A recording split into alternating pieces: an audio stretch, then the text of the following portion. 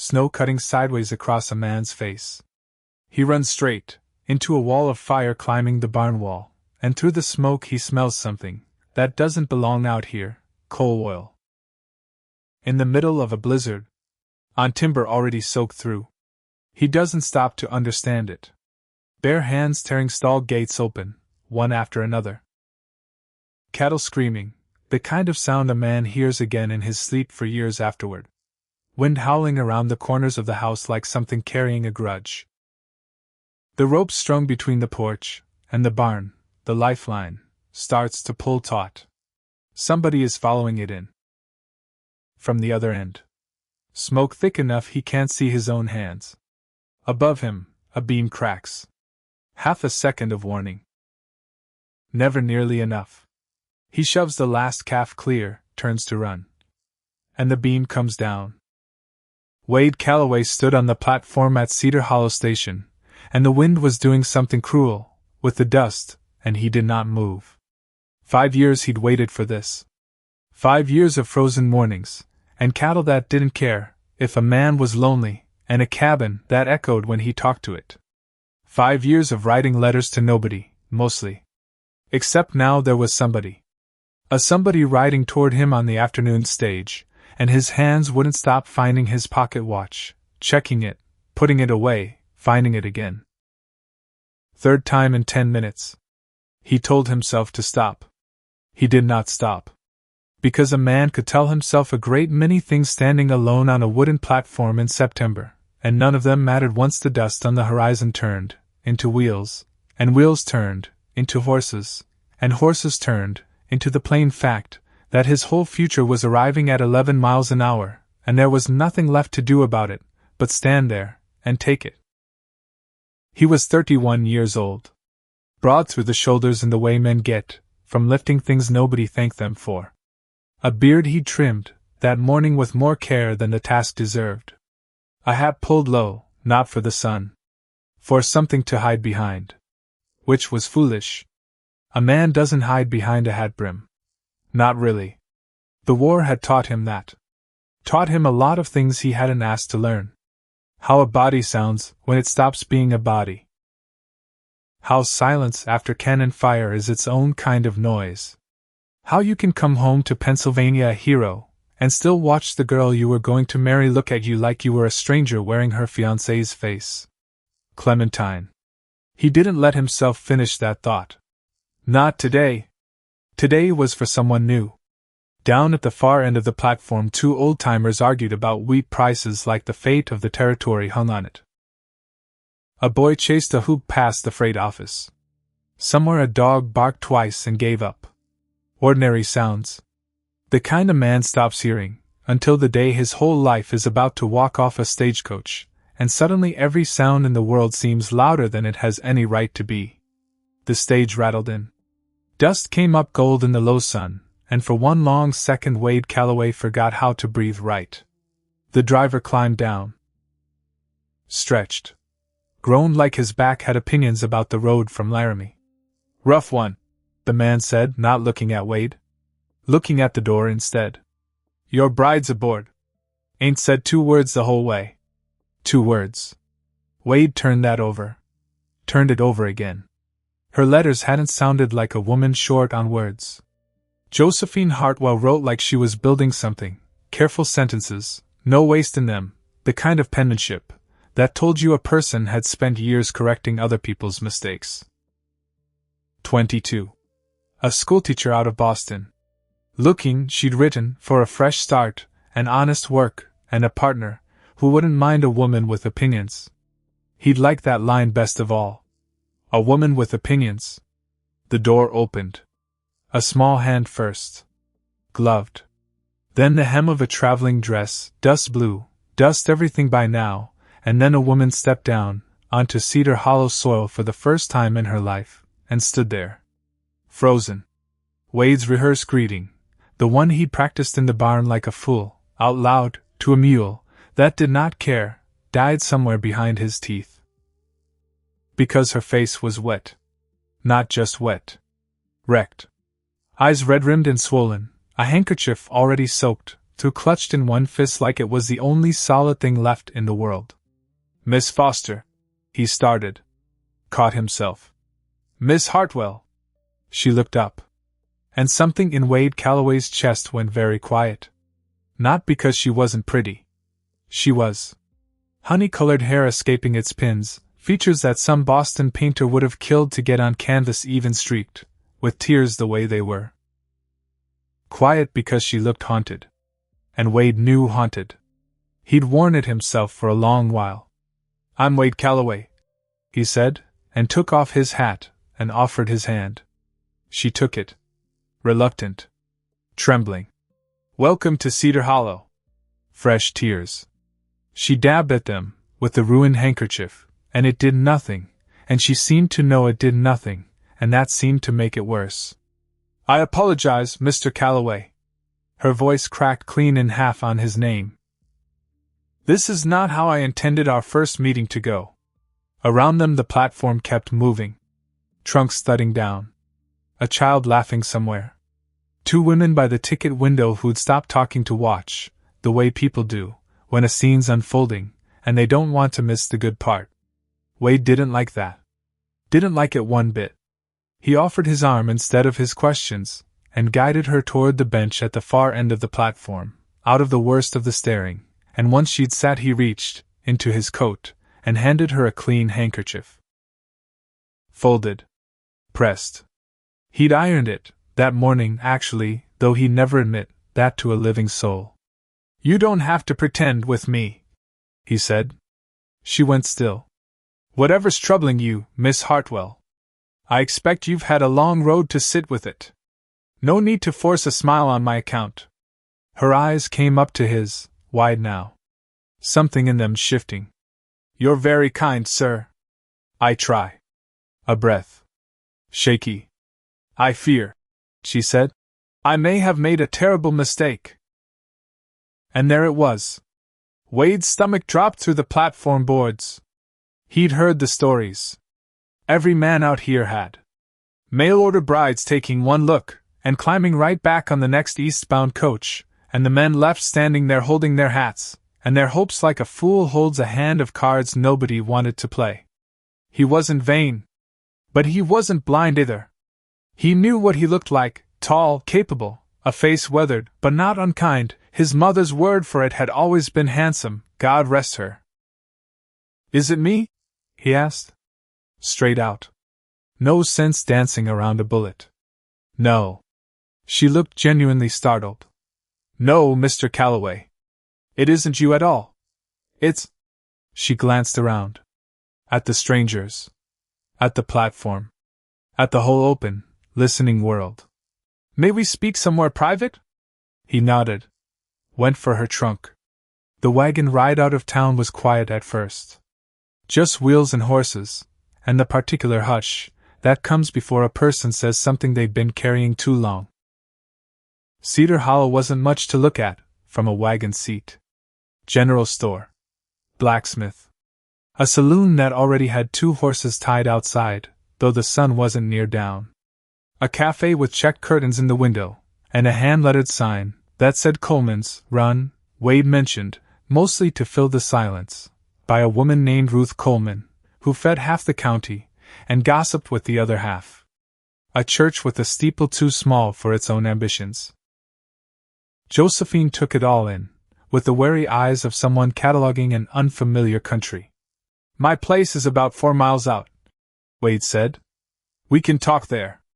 Or I take you to the hotel, if that suits you better." Her hands tightened on the valise in her lap. "Your home would be best, I think."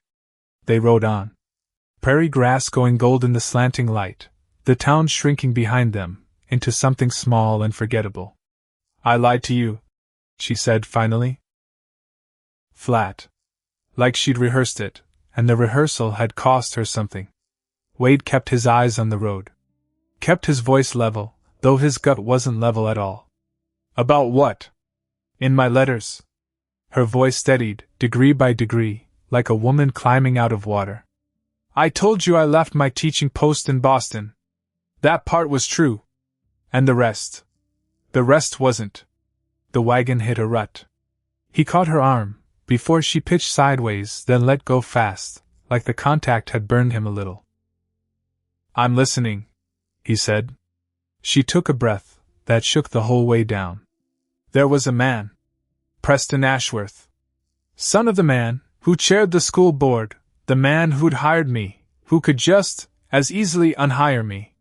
Preston took a liking to me. I did not return it. And when I refused him, plainly, more than once, he told his father I had behaved improperly toward him." Her jaw tightened.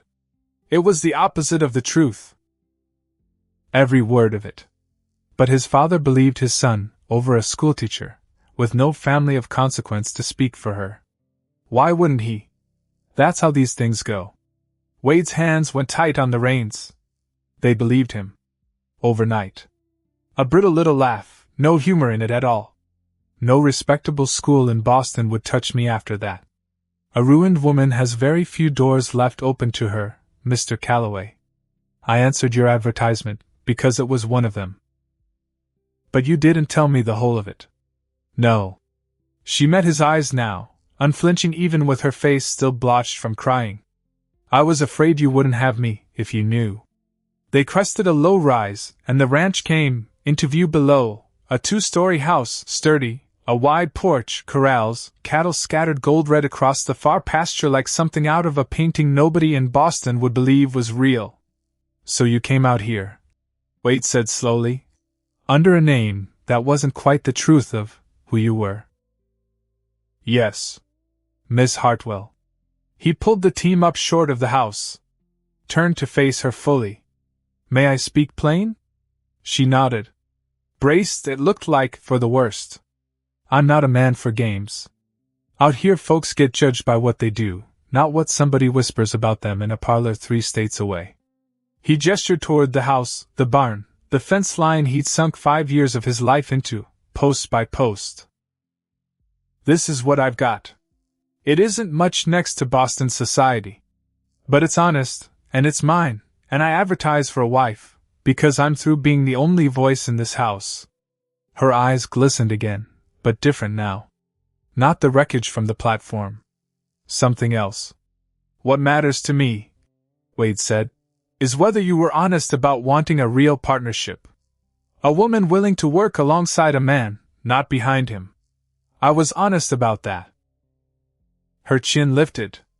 I have never once shied from difficulty, Mr. Calloway. Not before Boston. Not after. He studied her a long moment. Behind the swollen eyes, the tear-streaked face, he found something steady looking back. A spine under all that grief. Then let's get you settled, he said. Long day behind you. We'll talk on the rest tomorrow.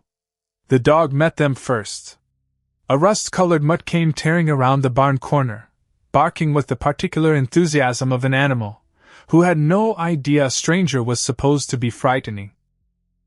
That's Duke, Wade said, and there was warmth in it, real warmth, the first easy thing he'd said all day. Loud. Harmless. Give him a minute, he'll decide you're his favorite person alive. Josephine climbed down carefully, and Duke circled her twice, before shoving his nose into her palm, tail going like a metronome, with no sense of tempo.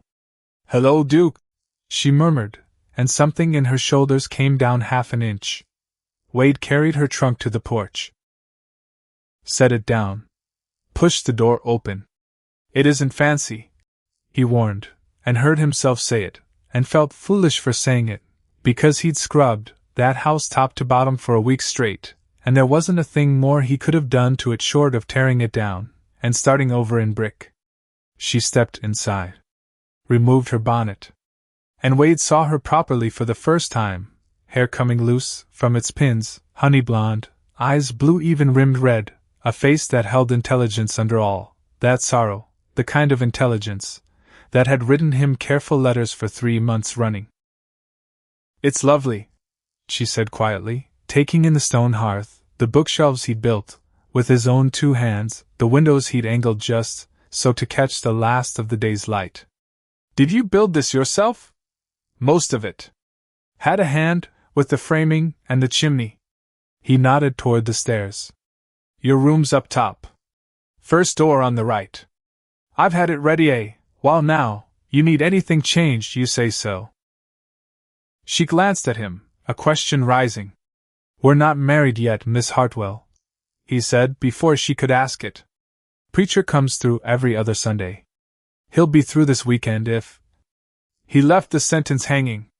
Didn't finish it. Relief washed over her, so plainly it was almost painful to watch. Thank you, Mr. Calloway. That's most considerate. He carried the trunk up. Set it in the room he'd spent 3 weeks preparing, new quilt, from the general store, curtains his neighbor Winifred Sullivan had sewn for him, a small vase of wildflowers on the dresser that he'd picked himself, that morning like a green boy, and then felt foolish about the whole ride, into town and back. When he came back down, Josephine stood at the window, looking out at land she didn't own yet, might never own, might turn around, and leave inside a week. Duke had already settled at her feet. Like he'd known her his whole life. I've got evening chores, Wade said. Kitchen stocked. There's stew from yesterday, if you're too tired to cook. I'll make supper, she said. It's the least I can do. He nodded. Headed for the door. Stopped. Miss Hartwell. Yes. Whatever happened in Boston? It stays in Boston. He turned the hat over once in his hands. Out here you get to decide who you are. Something crossed her face he couldn't name. Gratitude, maybe? Or the beginning of trust, which is a harder thing to earn than gratitude, and worth a great deal more. Thank you, she said, and for the first time, meant it clean through. Supper was salt pork, and beans and biscuits she'd found the makings for in his pantry, and a jar of preserves she'd unearthed like buried treasure, and they ate mostly in silence at first. Awkward silence. The kind two strangers make, when they're both aware a whole life might be starting at this table, and neither one knows quite how to hold a fork under that kind of weight. 60 head now, Wade said eventually, filling the quiet, because somebody had to. Started with 12. Aiming to double the herd inside 2 years. That's remarkable, Josephine said, and meant that too. Had help from neighbors when I needed it. That's how it runs out here. Everybody pitches in, or nobody makes it, through a winter. He hesitated. Then, speaking of neighbors, the Sullivans have asked us to Sunday dinner, after church. Winifred's eager to meet you.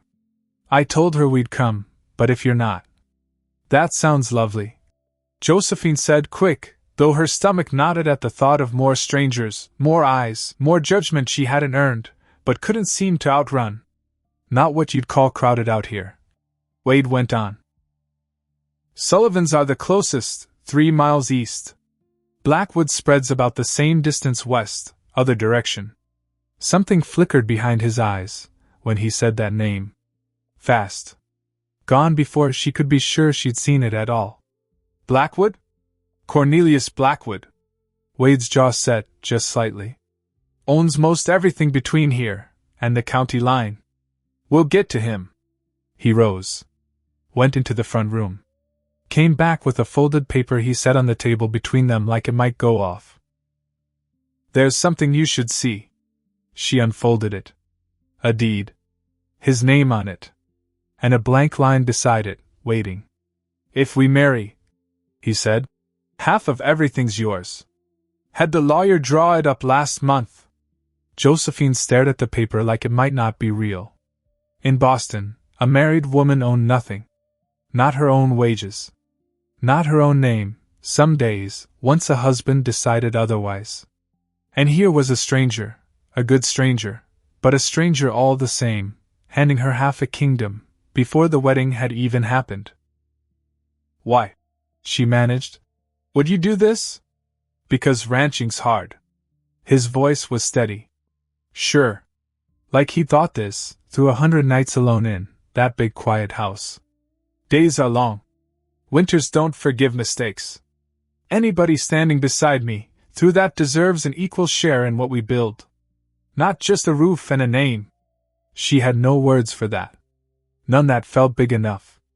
Think on it, he said, folding the deed back up. Nothing needs deciding tonight. That night, lying in a strange bed under a strange ceiling, with the sky outside her window, that held more stars than she'd ever once seen, over Boston, Josephine Hartwell thought about tears on a station platform, and a man who hadn't flinched from them. You don't have to pretend with me. She turned the words over like a coin, testing them for a counterfeit ring. Found none. 2 days ago she'd been certain her life was ending. Tonight, for the first time in longer than she could remember, she wasn't certain of anything at all. And that, strangely, felt like the beginning of something. Morning came with a note on the kitchen table, written in a hand far more elegant than she'd expected, from a man who split fence rails for a living. Gone to check the north pasture. Coffee's on. Rest well. W.C. She drank her coffee on the porch, watching a sunrise that put Boston's gray mornings to shame, and by the time Wade rode back in near midday she'd swept every floor in the house, dusted every shelf, and had bread rising by the stove. He stopped in the doorway. Took it in. Something in his face shifted. You've been busy. I hope you don't mind. Looks better than it has since. He caught himself. Finished quieter. Since my mother visited. 3 years back. Are your parents still east? Passed on. Father just after the war. Mother for years after that. I'm sorry. He nodded once. Accepted it the way a man accepts an old wound being touched, carefully, but without flinching. What about your people? Your letters mentioned Boston. Her hands stilled on the dough. My father's a merchant. Mother manages their social calendar like it's a military campaign. 2 younger sisters. A pause. They don't know I've come west to marry. They believe I've taken a teaching post in Chicago. His eyebrows lifted. You didn't tell them the truth. They wouldn't have understood it. She resumed kneading, harder than the bread required. After the scandal, their chief concern was how it reflected on them. My father suggested I go wait out the gossip at his cousin's home in Maine. As though shame has a season, and simply passes, with the weather. And coming out here seemed the better wager. It offered a fresh start. She looked up. And independence. Even if that independence comes wrapped in marriage. Something softened in his face. Well, he said, I'm glad you're here. Even if the road that brought you wasn't the one I pictured. What did you picture, Mr. Calloway? The question slipped out before she could call it back. He considered it. Leaned against the doorframe like a man settling in for an honest answer. Figured you might be running from hard times. Or chasing adventure. Or maybe just sensible enough to know a fair arrangement between 2 decent people could grow into something worth having. And now I think you're braver than most men I fought beside. His voice dropped, quieter. Takes nerve to leave everything you know behind. Alone. The compliment, plain and unadorned, warmed something in her chest she hadn't expected to feel again so soon. I should finish this bread, she murmured, looking away. And I should show you the rest of the place, he said. So you know exactly what you'd be agreeing to. They walked the property, that afternoon, Duke bounding ahead, through grass gone gold, with the season, and Wade pointed out fence lines, and pasture boundaries, and a spring that never ran dry even in the worst drought years. That's why I staked this ground, he said. Water's the only thing out here that matters more than luck. How long have you had it? 5 years. Came west after the war, with what savings I had. Worked other men's herds till I could afford my own patch. He gestured toward a half-framed structure near the barn. That'll be a smokehouse, come spring. Herds outgrowing what I've got. She watched his face while he talked. The way it lit, unguarded, when the subject turned to what he was building rather than what he'd survived. It's remarkable, what you've done alone. It's not what most women would want. Perhaps, she said. I'm not most women. A smile pulled at his mouth. The first real one she'd seen. It changed his whole face, softened the weathered lines, revealed a dimple on the right side she hadn't expected, from a man built like a fence post. No, Miss Hartwell, he said. I don't believe you are. At the corral he introduced her to the horses. His own chestnut gelding, a dappled mare, and a gentle palomino, who nosed at Josephine's shoulder the second she came near. That one's yours, Wade said, if you decide to stay. Name's Daisy. Even-tempered. Good for someone who hasn't ridden much. What makes you think I haven't ridden much? He looked surprised. Have you? My grandfather kept a farm outside Boston. I spent every summer of my childhood there. She stroked the mare's nose. I may not be a cowgirl, Mr. Calloway, but I can stay on a horse. He laughed, a rich, warm sound that seemed to surprise even him, like it had been sitting and used in his chest for longer than he'd realized. Seems there's more to you than meets the eye, Josephine Hartwell. I could say the same of you. Their eyes held a beat too long. Something passed between them, quick and unnamed, before Wade cleared his throat and looked toward the western sky. Storm's building, he said. We should head back. Sure enough, clouds had begun stacking dark on the horizon, and by the time they reached the porch the wind had turned cold, with the smell of coming rain. They spent the afternoon indoors, while the storm rolled through, and Wade, to Josephine's surprise, laid his account books open on the table, and walked her through every column. Most ranchers borrow heavy, he explained. One bad winter ruins them outright. I'd rather grow slow and sure. That's wise, Josephine said, though I imagine it demands a great deal of patience. Something I've had to learn. A faint, rueful smile. Wasn't always my strong suit. Lightning cracked somewhere off toward the ridge. Wade built up the fire, and the two of them talked longer than either intended, about her students back east, the ones she still thought of, the satisfaction of watching a child's mind open up like a door.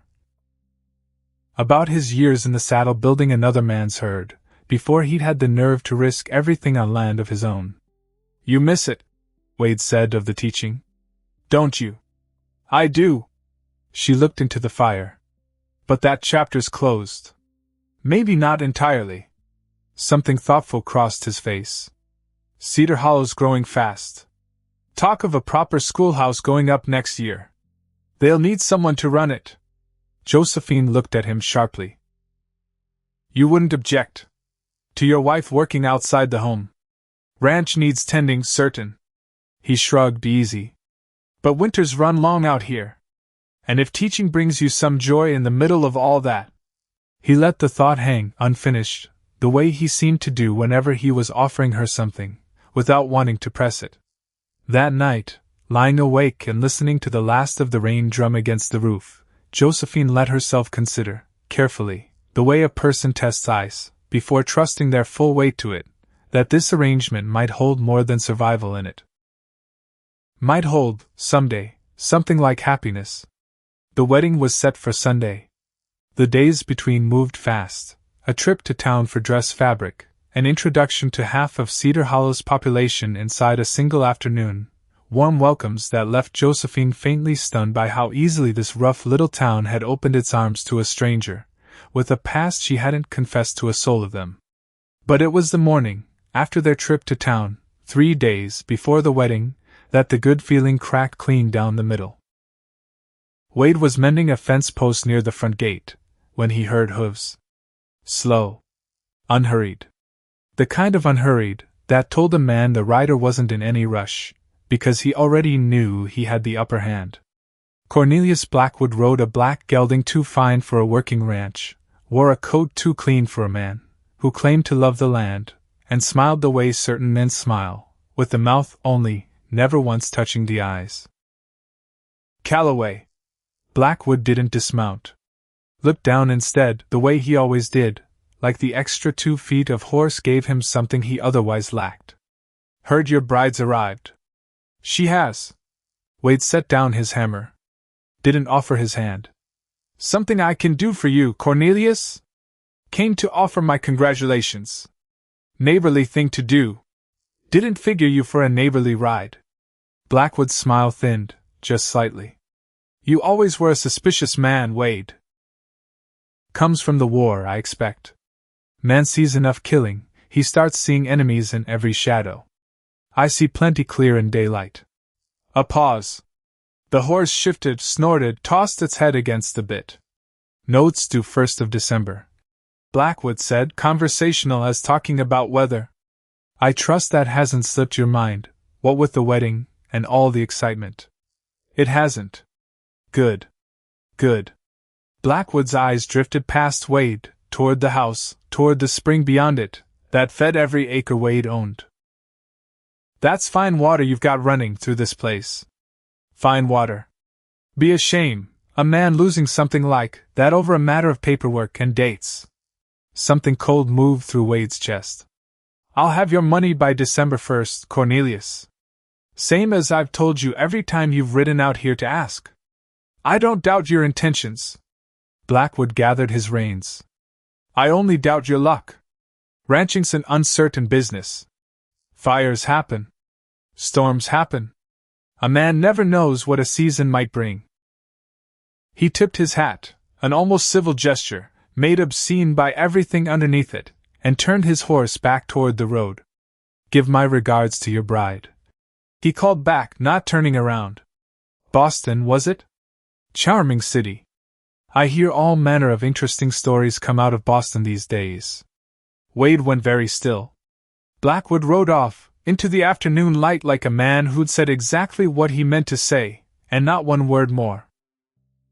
Wade stood at the fence along, while after the hoofbeats faded, hammer forgotten in his hand, a knot forming low in his gut, that had nothing to do with the note due December 1st, and everything to do with 4 words. Interesting stories. Boston. How in God's name did Cornelius Blackwood know anything at all about Boston? He didn't mention it to Josephine that evening. Told himself there was no sense worrying her over a man's idle talk. Told himself Blackwood was fishing, the way men like that always fished, throwing out a line, and seeing what jumped. But it sat in him wrong all through supper. Sat in him wrong, while she read aloud, from one of his books by the fire, her voice steady, and warm in a way that usually settled something in his chest. Tonight it didn't settle a thing. The telegram came 2 days later. Wade rode into town for supplies, and found the telegraph operator, young Hutchins, waving him down, before he'd even climbed off his horse. Mr. Calloway. Got something for you. Come in this morning. Wade took the folded paper. Read it once. Read it again, slower, like the words might rearrange themselves into something less alarming the second time through. Man asking questions about Miss J. Hardwell. Stop arrived Cheyenne. Stop bought ticket Cedar Hollow. Stop name Preston Ashworth. Stop thought you should know. Stop. Marsh, Cheyenne Depot. Wade stood in the middle of Cedar Hollow's dusty main street, the paper trembling slightly in his hand, though whether from the wind or something colder he couldn't have said. Preston Ashworth. The name she'd said, with such quiet fury back in the wagon, that first afternoon. The man who'd ruined her name in Boston, with a lie built from nothing but his own wounded pride. And now he was coming here. To Cedar Hollow. To the one place Josephine Hartwell had thought herself safe enough, finally, to stop looking back, over her shoulder. Wade folded the telegram once. Twice. Tucked it deep into his coat pocket like a man hiding a wound he wasn't ready to show anybody, yet, not even, maybe especially not, the woman it concerned most. Because some things a man needs to sit with alone while before he can say them out loud. And because whatever storm was riding toward Cedar Hollow on the next stage out of Cheyenne, Wade Calloway had a bad feeling, the kind he hadn't felt since the war, the kind that lived low in the gut, and never once lied to him, that this was only the beginning of it. He rode home slower than usual that afternoon, watching the horizon the whole way, like he half expected to see dust rising early, a rider coming on ahead of schedule, trouble arriving before a man had time to brace for it properly. The sun was dropping gold, and low over the ranch, when he finally came up over the last rise, and there she was, Josephine, on the porch, Duke at her feet, flour still dusting one cheek, from the day's baking, lifting a hand to wave at him like this was already, simply, home. Wade lifted his hand back and felt the folded paper in his pocket like a stone. Whatever was coming down that road from Cheyenne, he had 4 days to figure out how to tell her. 4 days before Sunday. Before the preacher. Before vows that were supposed to mean something got spoken in front of half the county. 4 days, and a name in his pocket that could unravel everything they'd only just begun building. He rode the rest of the way in, with his jaw set, and his eyes on the woman waiting for him, and told himself, the way a man tells himself things he isn't sure he believes yet, that whatever came, he wasn't going anywhere. Not this time. Sunday came anyway. Storms don't ask permission, and neither does a wedding day once the preacher's already on the road. Wade hadn't slept. Not because of nerves. A man could handle nerves. He'd handled worse than nerves plenty of times before breakfast. No, it was the telegram folded up in his coat pocket, sitting there like a hot coal he kept forgetting to drop, and every time he closed his eyes he saw 4 words lit up behind them. Preston Ashworth. Cedar Hollow. He told himself he'd tell her after. After the vows. After the preacher said the words that made this thing between them permanent instead of provisional. Because if he told her, before, if he'd put that name in her ear the same morning she was meant to walk down a church aisle, she might bolt. Might climb right back on the next stage east, and never look back. Except that wasn't the real reason, and Wade knew it wasn't the real reason. The real reason was simpler, and uglier than that. He was scared. Plain scared, the kind he hadn't let himself feel since Antietam, and a man doesn't get to be 31 years old and admit out loud that a piece of paper in his coat pocket has him rattled worse than cannon fire ever did. So he said nothing. Which was, he would understand much later, the first real mistake he made in this whole business. The church was full by 9. Word travels fast in a town the size of Cedar Hollow, and Wade Calloway's wedding was the best entertainment the county had seen since the Sullivan's barn raising. Josephine came down the aisle in blue, cornflower, Madame Du Bois had called it, and Wade didn't know fabric names, but he knew the exact moment his chest stopped working right, which was the moment Josephine Hartwell stepped through those church doors, and the morning light caught her just so. She looked nothing like the woman who'd stepped off that stage in tears. And everything like her. Because underneath the color in her cheeks, and the steadiness in her spine, he could still see it, that same fierce, frightened courage that had made her tell him the truth in a jolting wagon instead of letting him find out some worse way. He should have told her about the telegram. He didn't. "Do you take this woman?" the preacher was saying, and Wade heard himself answer, heard the word yes come out of his own mouth sounding steadier than he felt, and somewhere behind his ribs a small ugly voice was saying you're lying to her already, and the wedding ring isn't even on her finger yet. He put it on her finger. His mother's ring. Small diamond, gold band worn soft, with age and love. Josephine's hand trembled when he slid it on, and Wade told himself that trembling was happiness. Told himself that hard enough to almost believe it. "I now pronounce you man and wife." He kissed her. Brief. Tender. A promise, not a passion. The congregation clapped like they meant it, because in Cedar Hollow they did mean it, every one of them, because a man like Wade Calloway finding happiness was something this whole rough little town had been rooting for, since before Josephine ever stepped off that stage. If only they knew what was riding in on the Tuesday coach. The days after the wedding fell into something like rhythm. Chores at dawn. Supper by firelight. Evenings where Wade read aloud, from whatever book was nearest, and Josephine mended shirts, or wrote in the journal he'd given her, the two of them settling into each other the way water settles into the low places of a field, slow, and then all at once. He watched her fall in love with the land. Watched her learn to milk Bessie, without flinching, watched her ride Daisy out to the north pasture just to feel the wind do something to her hair that Boston never could, watched her laugh, really laugh, not the careful polite thing she'd arrived with, at something Duke did chasing his own shadow across the yard. And every single one of those good, quiet evenings, Wade carried a folded telegram in his coat like a stone in his boot. Until Tuesday. Preston Ashworth arrived in Cedar Hollow on the 2 o'clock stage, and Wade wasn't there to see it, because Wade was 3 miles out mending fence, and cursing himself for not riding into town sooner, not warning her sooner, not doing one single thing sooner, that might have changed how this next part went. Josephine was at Coleman's Cafe that afternoon, sharing a pot of tea with Ruth Coleman, the round, warm-hearted woman who ran the place, who fed half of Cedar Hollow its Sunday supper, and knew every scrap of gossip the other half generated, when the bell over the door rang, and a voice she'd hoped never to hear again said her name. Josephine Hartwell. She turned, and the whole cafe seemed to tilt sideways under her feet. Preston Ashworth stood in the doorway of Coleman's like he owned the building, and the town around it. Same expensive coat. Same soft hands that had never once done an honest day's labor. Same smile that had once seemed charming to a 19-year-old girl, and now looked, to a 22-year-old woman who'd survived what that smile cost her, like something closer to a snake sunning itself on a rock. "It's Calloway now," she said, and her voice came out steadier than her heart was beating. "Mrs. Calloway." "So I've heard."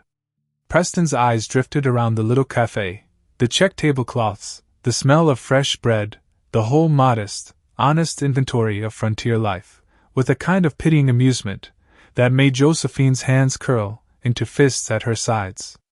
"Quite a fall, isn't it? From Boston's finest young ladies' academy to a supper table in Wyoming territory." "What are you doing here, Preston?" "Business." He stepped further inside, unhurried, the way a cat moves when it already knows exactly where the mouse is hiding. "Cornelius Blackwood and my father are acquainted. Old business associates.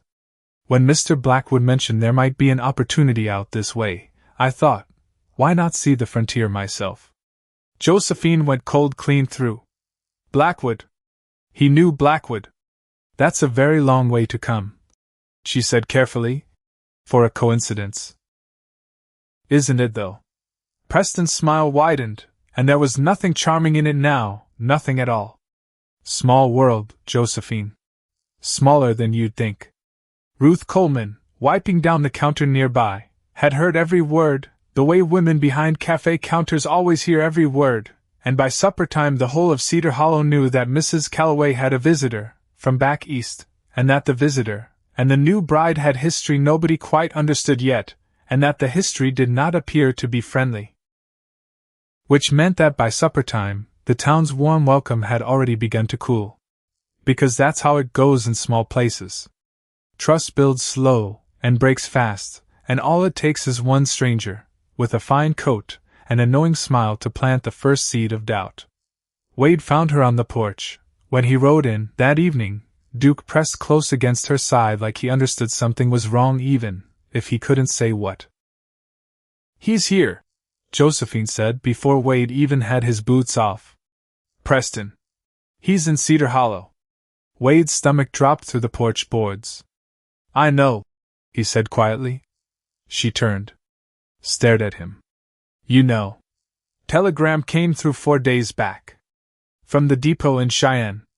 He pulled the folded paper from his coat, held it out like a confession, which it was. "I should have told you sooner." Josephine took the telegram. "Read it." Her hands were shaking by the time she finished. 4 days. Her voice had gone very quiet, very controlled, the kind of quiet that frightens a man far worse than shouting ever could. "You knew for 4 days. Through the wedding. Through every single evening since. And you said nothing. I was trying to protect you. You were making the decision for me." She folded the telegram once, sharp, decisive. "That's not protection, Wade. That's the very same thing my father did. Deciding what I could and couldn't handle, without ever once asking me." The comparison landed like a slap. "That's not fair. Isn't it?" Her eyes were bright, with something that wasn't quite tears. "I told you everything, that first day in the wagon. Every ugly piece of it. Because you'd earned that trust by not flinching from my grief on a train platform. I thought. Her voice caught. I thought that meant something. That we didn't keep secrets from each other. I was going to tell you. When? He had no answer for that. None that didn't sound like a coward's excuse even to his own heirs. Josephine looked at him a long moment. Then went inside. Alone. Wade stood on the porch in the dark a good while after, Duke leaning against his leg, the telegram crumpled now in his own fist, and thought, not for the first time, and not for the last, that a man could survive war, and drought and every hardship the frontier threw at him, and still manage to wound the one thing he'd sworn to protect, simply by trying too hard to protect it. Preston didn't leave. That was the trouble. He took a room above the saloon, and settled in like a man planning a long stay, and over the following week he made it his particular business to be seen. At the general store.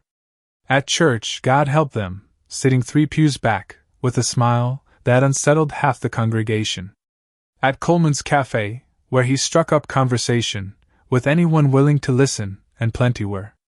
And what he told them, carefully, delicately, over the course of that week, was a story. Not the whole truth. Never the whole truth. Just enough of it, twisted at the edges, to do damage. A story about a schoolteacher back east who'd been let go under circumstances the family preferred not to discuss. A story with just enough vagueness in it to let Cedar Hollow's imagination fill in the ugliest blanks themselves. By Thursday, the Ladies' Aid Society met, without extending its usual invitation to Josephine. By Friday, Ruth Coleman's warm chatter across the cafe counter had cooled to careful politeness. By Saturday, Winifred Sullivan rode out to the ranch personally, sat Josephine down at her own kitchen table, and asked, gently, because Winifred was a gentlewoman even when delivering hard news, whether there was any truth to what people were saying. There's truth in it, Josephine said, steady, though it cost her everything to say it. And there's a great deal of lies wrapped around that truth, twisted just enough to make an innocent thing look guilty. Winifred studied her a long moment. I believe you, she said finally. For what that's worth in a town full of gossips. It's worth a great deal, Josephine said, and meant it, because in that moment one steady friend felt like more solid ground than the whole of Boston society had ever given her. Wade rode into town that same Saturday, jaws set, and found Preston Ashworth exactly where he expected, leaning against the porch rail outside the saloon, watching the street, with the satisfied look of a man who enjoyed his own handiwork. Calloway. Preston straightened unhurried. I'd wondered when you'd come find me. You'll leave my wife's name out of your mouth, Wade said low and even. Or you'll leave Cedar Hollow.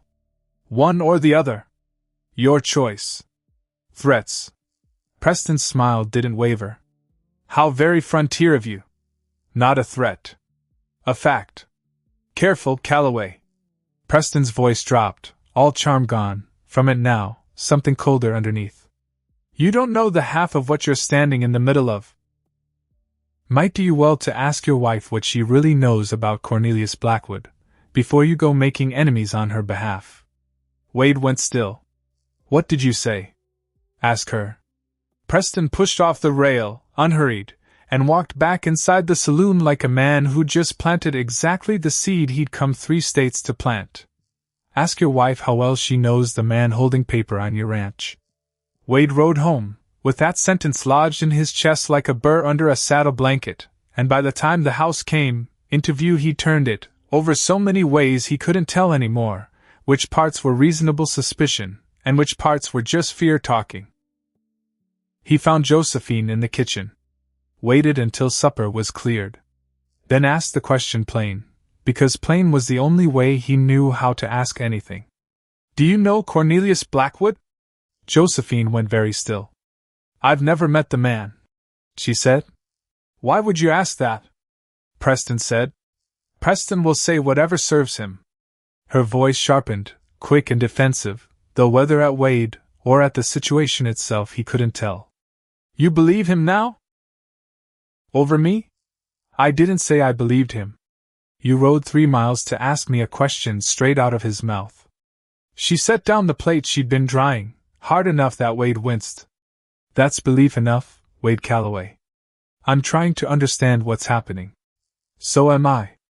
The words came out louder than she meant them, and she caught herself, pressed a hand to her mouth like she could take the volume back. Quieter then. So am I. Every day this week I've watched people who smiled at me on my wedding day cross the street rather than meet my eye. And now my own husband comes home asking if I've been keeping secrets from him too. I'm not accusing you. It sounds a great deal like an accusation.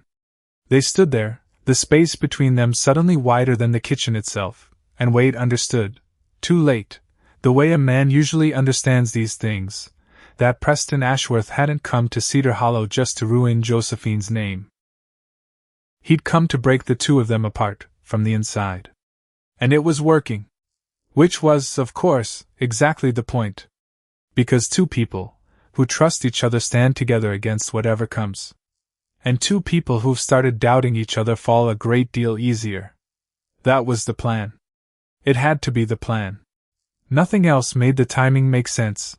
Preston arriving 4 days after the telegram, 4 days before Blackwood's note came due, spreading exactly enough poison to put a crack in the one thing strong enough to withstand whatever else was coming.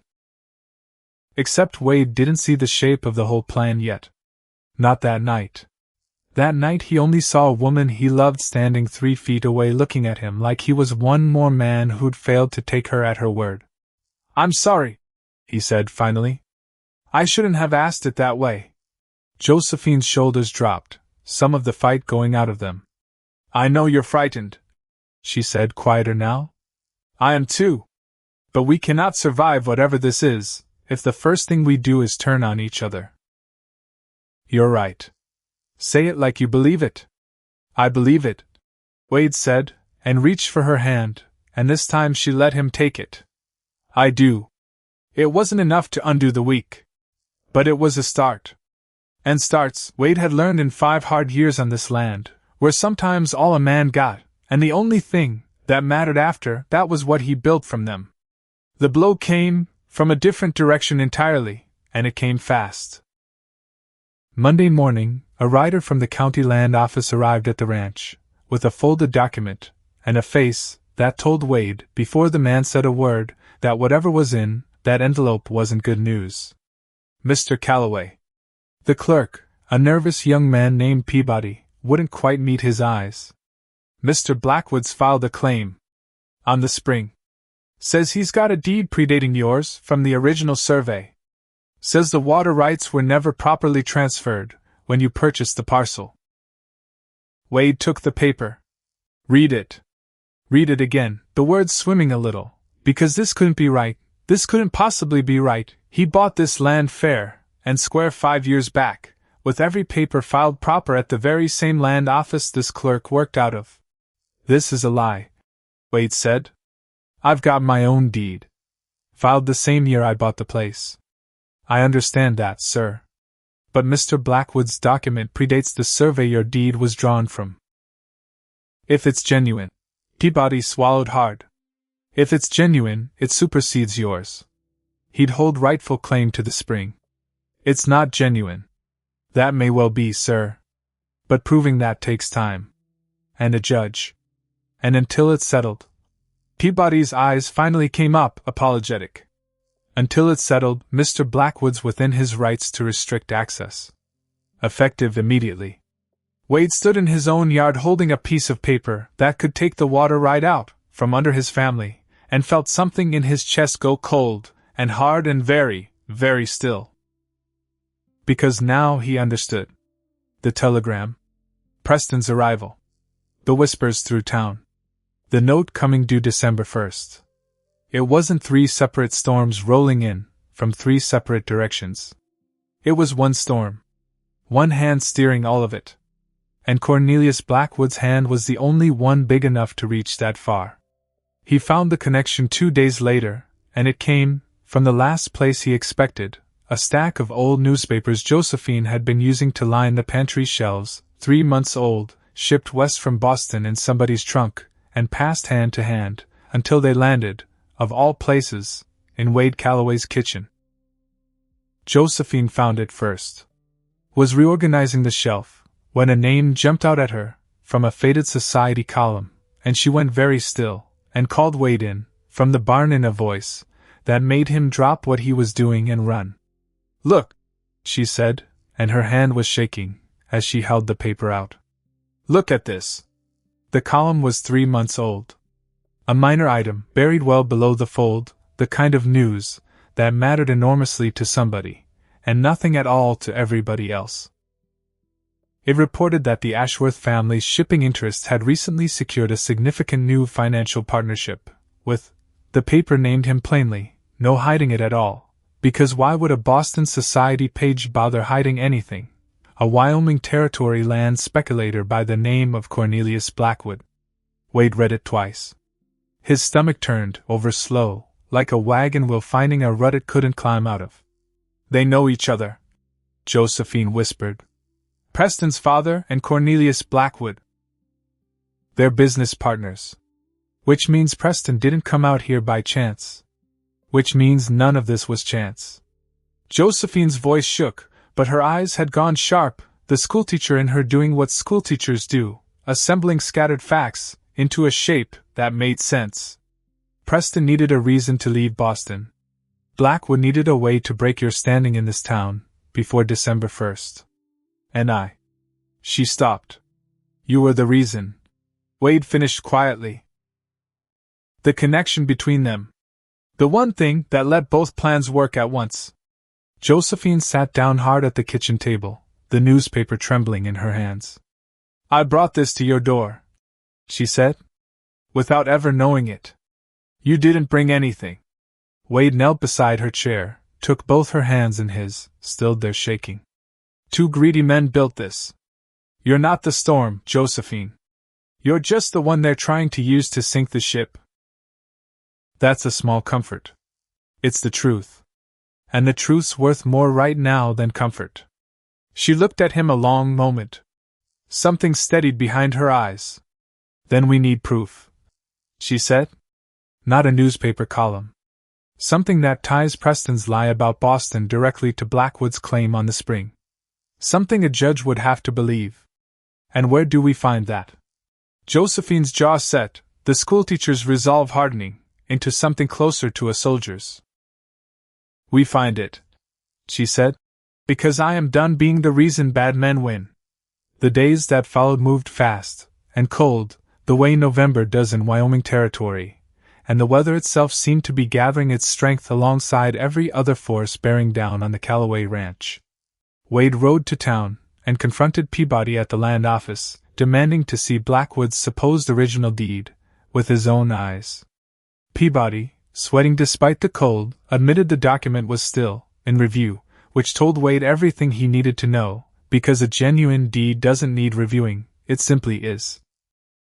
Josephine, for her part, kept careful notes of every date, every rumor, every small inconsistency in the story Preston was spreading through town, building the kind of quiet, methodical record a woman learns to keep when she's already been disbelieved once and doesn't intend to let it happen twice, without a fight.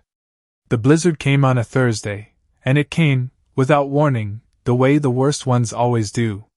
1 hour the sky was merely gray and heavy. The next, snow was coming sideways, so thick a man couldn't see the barn, from his own porch, wind howling around the corners of the house like something, with a grudge. Wade and Josephine spent the afternoons stringing rope between the house and the outbuildings, the old trick every rancher learns, or dies not learning, a lifeline through the whiteout, so a man could find his way back, if the storm swallowed the world whole between one building and the next. They'd nearly finished when Wade smelled smoke. Not the good kind. Not wood smoke curling steady from a chimney. This was wrong, sharp, wild, and it was coming from the direction of the barn. "Stay here!" he shouted at Josephine, already running, rope guiding him, through snow so thick it stung like needles against his face. He found the barn's near wall already burning, flame fighting the wind for dominance, and mostly winning, cattle inside screaming in a way that would haunt a man's sleep for years after. Wade didn't think. Didn't calculate. Just went straight through the door, into smoke and heat and chaos, hauling the stall gates open one by one, driving frightened animals out into the storm, because a blizzard, terrible as it was still safer than fire. He was dragging the last calf clear, when a support beam let go above him. He heard it crack before he felt it. That half-second of warning, that isn't nearly enough warning at all. He shoved the calf clear, and turned to run, and the beam caught him across the shoulder, and back, drove him hard, into the dirt floor, pain exploding white, and total through his whole left side. Josephine found him there 4 minutes later, 4 minutes, that felt to her like 4 years, half buried in smoke, and snow blowing in, through the shattered wall, and she screamed his name, into the wind, until her voice tore, and somehow, someway, dragged him clear. Winifred Sullivan rode through the last of the storm 2 hours later, alerted by the glow on the horizon that even a blizzard couldn't fully hide, and found Josephine on her knees beside Wade in the ruined snow, packing his shoulder, with anything she could find, refusing, flatly, fiercely refusing, to let the man she'd married 3 weeks earlier simply stop breathing in front of her. "He's alive," Winifred said, checking him with the brisk competence of a woman who'd delivered half the county's babies, and set nearly as many broken bones. "Beam caught him across the back, not the head. Broken, maybe. Bad bruising, certain. He'll live, Josephine. But he needs warmth and rest, and he needs it now." They got him inside. Got the fire built up high. Got him laid out on the bed upstairs, while the storm raged on outside like it hadn't finished saying whatever cruel thing it had come to say. For 3 days Wade drifted in and out, fever running hot from the injury, and in his worst hours he talked. Rambling, half-formed things, fragments of memory the pain had shaken loose. "Clementine," he said once, deep in the fever, and Josephine sat beside the bed and listened, because a wife learns things about a man's heart in the moments he can't guard it. "I came back different. She wanted the man who left. Not the one the war sent home." "I know," Josephine murmured, pressing a cool cloth to his forehead. "Thought I'd never." He turned his head, eyes glassy, not quite seeing her. "Thought that part of me was finished. Didn't expect." He didn't finish it. Didn't need to. Josephine finished it herself, quietly, in the privacy of her own chest, because she understood exactly what he'd been about to say, and didn't need fever-loosened words to know it was true. On the 4th night, his fever finally broke. Josephine had fallen asleep in the chair beside the bed, exhaustion finally winning out over worry, when Wade's voice, clear now, steady, himself again, pulled her back to waking. "Josephine." Her eyes flew open. "You're awake." "Feels that way." A weak attempt at a smile. "Barn's gone, isn't it?" "Most of it." "Cattle?" "All out. Winifred's boys are keeping them in the near pasture till we rebuild." She took his hand, careful of the bandaging. "You could have died in there, Wade Calloway. Wasn't going to let those animals burn." "I know." Her voice caught. "That's rather the trouble with you." He studied her face a long moment, something raw and unguarded in his expression, that the fever, or maybe just the nearness of dying, had stripped clean of its usual careful reserve. "I should have told you about the telegram sooner," he said. "Should have told you a great many things sooner. We can discuss all your failings once you're strong enough to argue back." A faint laugh, cut short by pain. "There." She sat with him along, while in the firelit dark, and somewhere near midnight, while she thought he'd drifted back to sleep, Wade spoke again, quieter this time. "That fire wasn't an accident." Josephine went still. "What do you mean?" "Smelled coal before I smelled smoke." His jaw tightened, even through the pain. "Barn doesn't catch that fast on its own, not in a blizzard, not with everything wet, from snow already blowing in. Somebody set that fire, Josephine. And they timed it for the one night nobody could ride for help." The room felt suddenly colder than the storm outside had ever managed. "Blackwood," Josephine breathed. Or somebody working for him. Wade's eyes met hers, steady despite everything the last 4 days had cost him. Whoever it was wanted this ranch weak enough to fold, before December 1st. Wanted us scared. Buried under snow, and grief and no barn left standing. Then we don't give them the satisfaction, Josephine said, and something in her voice had hardened past fear, into something closer to resolve. We rebuild. We fight the claim. And we find whatever proof exists that ties Preston's lie and Blackwood's greed together into one rope strong enough to hang them both. Wade managed, despite the pain, something that was almost a smile. There she is, he murmured. The woman who wasn't most women. She found the letter 3 days later, going through Preston's abandoned room above the saloon under pretense of returning a borrowed book, a small deception Winifred helped arrange, because by now half the town had begun quietly wondering just what kind of man Preston Ashworth truly was, and Winifred Sullivan was not a woman inclined to sit idle once her suspicions were roused. It was tucked inside a drawer, half-finished, addressed to Preston's father back in Boston, and it was, in its careless, self-satisfied way, a confession complete enough to end this whole affair. Father, the arrangement with Blackwood proceeds well. The Calloway woman's reputation is sufficiently damaged here that no respectable family will vouch for her, precisely as it was in Boston. Blackwood assures me his claim on the water rights will hold long enough to force Calloway's hand regardless of what the courts eventually decide.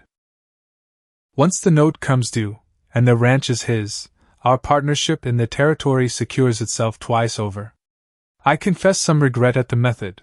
The schoolteacher never did me any true harm, whatever I told the board, but a man must look to his own advancement, and this arrangement serves us both handsomely. Josephine read it standing in a dead man's borrowed room, hands shaking, and felt something inside her, some last fragile hope, that Preston's cruelty had merely been jealousy, ordinary and human, finally, completely break. It hadn't been jealousy at all. It had been business. Cold, calculated, and hers only, because it happened to be convenient. She folded the letter with great care, and rode home, through the last of the melting snow, with proof, at last solid enough to end this, proof that didn't just clear her name, but tied Preston Ashworth and Cornelius Blackwood together in ink either man could take back. Wade was sitting up in bed when she came through the door, stronger now, color returned to his face, and the look on hers told him everything, before she said a single word. I found it, she said, breathless from the ride, and from something larger than the ride. I found the proof. She placed the letter in his hands. He read it once. Read it again, slower, and something hard and satisfied settled into his jaw, the look of a man who has finally, after weeks of taking blows in the dark, found something solid enough to hit back with. Then it's time, Wade said quietly. Back Cornelius Blackwood and Preston Ashworth learn exactly what happens to men who mistake this family for an easy target. Outside, the last of the blizzard snow was already beginning to melt beneath a pale December sun. Inside, 2 people who had nearly lost everything to fire and fever and other men's greed sat together in the firelight, a single letter between them, and understood, both of them, at the very same moment, that the fight wasn't over. But for the first time in 3 long weeks, they were finally the ones holding the winning hand. Frost had already silvered the fence posts by the morning Wade rode into Cedar Hollow, with the letter folded inside his coat. Shoulder still stiff. Bandage still under his shirt, where the beam had caught him. Didn't matter. Some things a man does hurt or not. Because there's a difference between waiting for justice and going out to collect it. And Wade Calloway was through waiting. Sheriff Briggs kept an office no bigger than a horse stall, and he looked up from his coffee like a man who already sensed his morning was about to get complicated. Wade. A nod. Cautious. Heard about the fire. Heard about the shoulder. Glad you're upright. Won't be for much longer, if you don't hear me out first. Briggs set down the coffee. Slow. That an invitation or a warning? Neither. It's a letter. Wade laid it on the desk. Flat. Deliberate. Written by Preston Ashworth to his own father. Confessing the whole scheme. Him. Blackwood. My wife's name dragged through Boston and then dragged right back out here to finish the job. Briggs read it. Read it twice. Which told Wade everything, because Briggs wasn't a man who read anything twice unless the first read had knocked something loose in him. This is. Briggs rubbed his jaw. This is a hanging kind of letter, Wade. Figuratively speaking. You understand what happens once I act on this. I understand exactly what happens. Blackwood's got friends. Judges. Bankers. Half the territorial legislature owes him something. And I've got the truth. Wade's voice didn't rise. Didn't need to. Question is whether this town still cares what that's worth. Briggs looked at him a long moment. Then folded the letter. Careful. Like it might still bite somebody if handled wrong. Give me 2 days, he said. I'll need the land office records. Need somebody from Cheyenne to verify the deed Blackwood filed. Can't move on a man like Cornelius, with nothing but one letter and a grudge. You've got 2 days. Wade turned for the door. Stopped. After that, Sheriff, I stop waiting on the law and start handling it myself. That a threat? That's a fact. Same as before. 2 days. Which felt, to Josephine, like 2 years.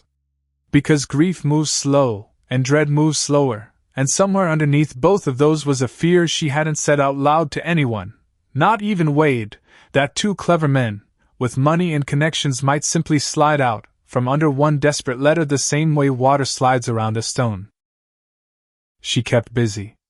Had to. Standing still left too much room for the fear to catch her. Rebuilt what she could of the ruined pantry shelves. Sat with Wade each evening, while his shoulder mended, reading aloud from whatever book was nearest, though either of them could have repeated a single word of it afterward. Until Thursday, when Duke started barking at something coming up the road, and Josephine's whole body went cold, before she'd even reached the window. Not Briggs. Preston. He came alone. On foot from where he'd left his horse tied at the gate, hat in hand like a man calling on family, and there was something in the easy way he walked that told Josephine immediately he didn't yet know his own letter had been found. Wade met him in the yard before Preston reached the porch steps. Stood between him and the house like a wall made of a man. Ashworth. Calloway. Preston's eyes flicked to the bandaging visible beneath Wade's shirt collar. Heard about the fire. Terrible thing, barns catching in a storm like that. Terrible, Wade agreed flat. Especially when they catch from coal oil. Something flickered behind Preston's eyes. Small. Fast. Gone almost before it arrived. I wouldn't know anything about that. No, Wade said. I don't imagine you would. A man like you doesn't dirty his own hands. He just writes letters to his father about the men he pays to do it. The color went out of Preston's face like water down a drain. I don't know what you're. Save it. Wade's voice was quiet.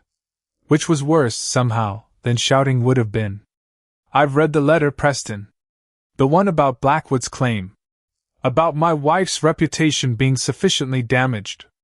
About your father's business securing itself twice, over once this ranch is his. Preston's mouth opened. Closed. Because there's nothing a man can say to a truth that's already been read, folded, and handed to the sheriff. That letter proves nothing, he managed finally, though the words came out thinner than he meant them to. It proves plenty. Josephine had come down off the porch now, standing beside Wade, and her voice carried none of the tremble it might once have carried in a Boston parlor. It proves you lied about me to ruin my name once. It proves you followed me 2,000 miles to try ruining it twice.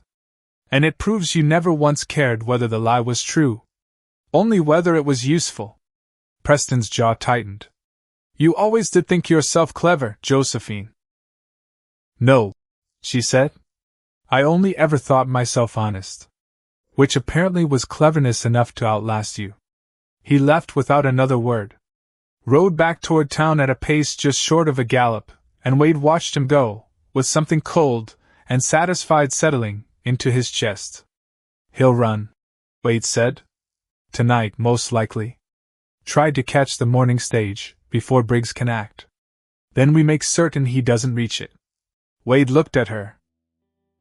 Something like pride moving behind his eyes, sharp enough it nearly startled him. "You've got a plan." "I've got a telegraph office, and a sheriff 2 miles up the road," Josephine said. "That's plan enough for tonight." She was right. Briggs, once Wade rode in to warn him, wired ahead to the depot in Cheyenne, before Preston's stage had even finished loading, and by the time the coach reached the territorial line 2 deputies were waiting, with a warrant fresh enough the ink hadn't fully dried. Preston Ashworth didn't make it past the county border. Cornelius Blackwood took longer. Because men with money don't fold the way men, without it, do. They dig in. Hire lawyers. Send letters of their own, to judges, to territorial officials, to anyone who might owe them a favor large enough to make one troublesome deed simply disappear. For a week it looked, genuinely, like it might work. Until the survey records came back from Cheyenne. Peabody, nervous, sweating Peabody from the land office, had been the one to finally crack, once Briggs sat him down, and explained plainly what obstruction of justice cost a man in territorial court.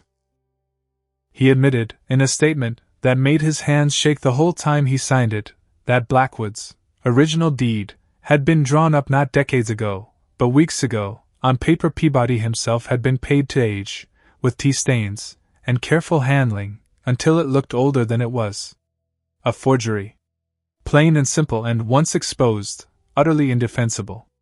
The hearing was held in the Cedar Hollow Town Hall, because the territory didn't yet have a proper courthouse, and because half the county wanted to be there to see it, and by the time Judge Harmon called the room to order there wasn't a single empty chair left, nor much room left standing along the back wall either.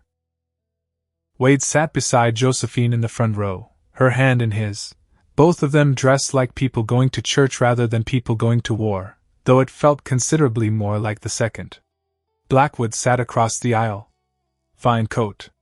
Same thin smile, though it looked considerably more strained today than it had the afternoon he'd ridden out to threaten Wade, over a fence line.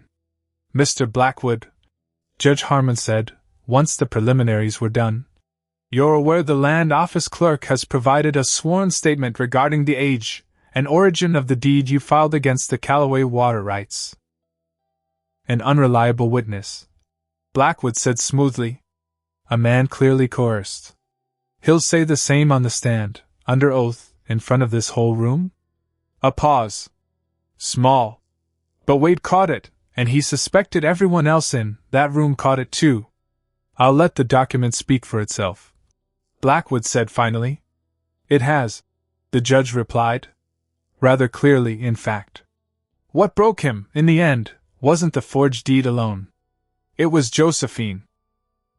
Because Judge Harmon, methodical as any good jurist, wanted to understand the whole shape of the scheme, before ruling on any single piece of it, and that meant calling Josephine Hartwell Callaway to the stand to explain, plainly, what had happened to her in Boston, and how it connected to the man sitting across the aisle looking increasingly like he wished the floor would simply open beneath him. She stood, walked to the front of the room, and told the truth. All of it. Every piece she'd once been too frightened to say out loud to anyone, said now clear and steady in front of the entire town, that had, for one bad week, doubted her. "Preston Ashworth lied about me," she said, "because I refused him, and refusal wounded a man unaccustomed to it. That lie cost me my position, my reputation, and very nearly my whole future in Boston. I came west, because it was the only door still open to me." She paused. Looked, deliberately, at Blackwood. "What I did not know," she continued, "was that the very same lie would follow me here. Would be used again, not out of wounded pride this time, but out of simple greed. A convenient weapon in the hands of a man who needed my husband weak enough to lose his water rights before a debt came due." Blackwood's lawyer half rose. "Objection, Your Honor, speculation." "Overruled," Judge Harmon said, without even glancing up. The letter in evidence speaks quite plainly to the same conclusion, Counselor. Sit down. Which was, more or less, the end of it. The judge ruled the deed a forgery. Voided Blackwood's claim entirely. Referred both Blackwood and his lawyer to territorial prosecutors for fraud, and, in a final flourish, that had half the room quietly applauding despite the judge's own repeated calls for order, ordered Wade Calloway's original note renegotiated at fair terms, given the demonstrated pattern of coercion behind the original threat to call it early. Cornelius Blackwood left the town hall that afternoon a considerably smaller man than the one who'd ridden out to threaten Wade over a fence line 6 weeks earlier. He did not tip his hat on the way out. Nobody in Cedar Hollow much minded.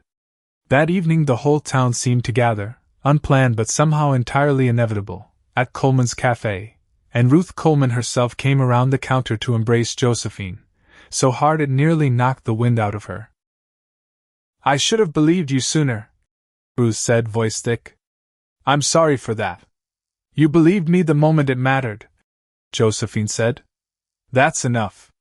Winifred Sullivan, arriving fresh from the hearing, with her whole family in tow, simply took Josephine's hands, and held them, no words needed at all, the way old friends sometimes manage a conversation entirely, without speaking one.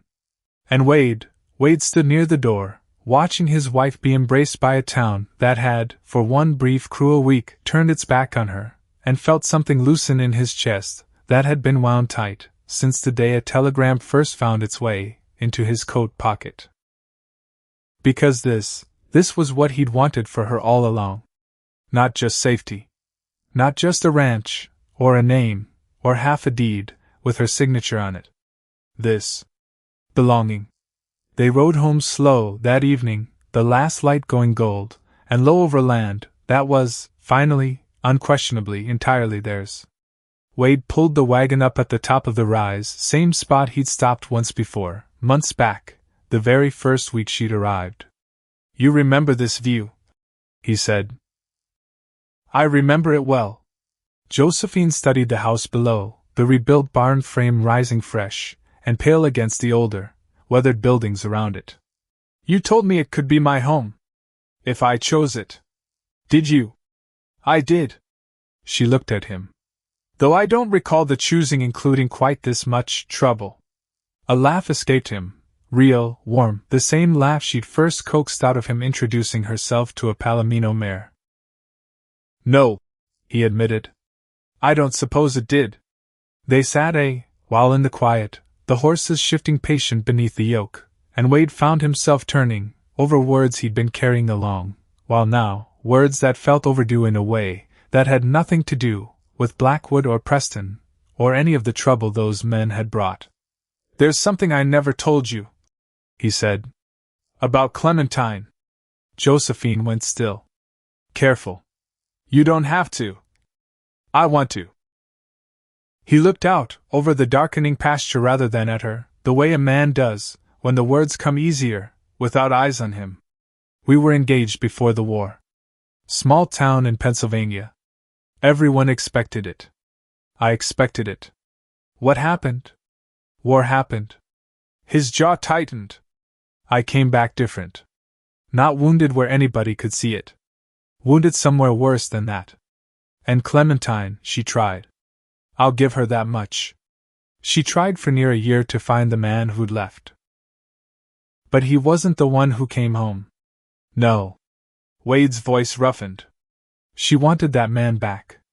And I couldn't give him to her, because that man didn't exist anymore. So she broke it off. Married a banker's son inside the year.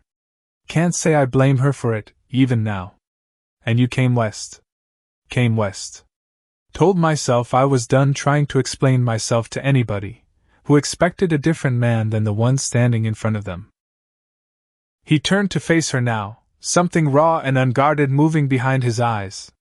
"That's why I advertised for a bride instead of courting somebody local. Didn't want somebody measuring me against who I used to be." Josephine reached for his hand. "And instead," she said quietly, "you got a woman who arrived in tears, dragging her own ruined past behind her like a trunk she couldn't set down. "Best decision I ever made," Wade said, and meant it clean through. "Because you never once asked me to be anybody but exactly who I am. And I never once asked that of you either. Seems to me that's worth considerably more than what Clementine and I had, even before the war took its cut of it." Josephine's eyes were bright now, though the tears standing in them this time carried nothing at all like the grief of that first afternoon on the station platform. "I love you," she said. Simple. Unrehearsed. Exactly the way the truest things usually come out. "I love you too," Wade said. "Have for longer than I've had the nerve to say it out loud." He kissed her there on the wagon seat, the last of the daylight fading gold around them, and somewhere below the rise Duke barked once at nothing in particular, and the horses shifted, patient, and the whole wide Wyoming evening settled quiet around two people, who had, against every hard thing thrown at them, chosen each other anyway. Winter came gentler after that. As if the land itself had decided the Callaway Ranch had earned a season's peace.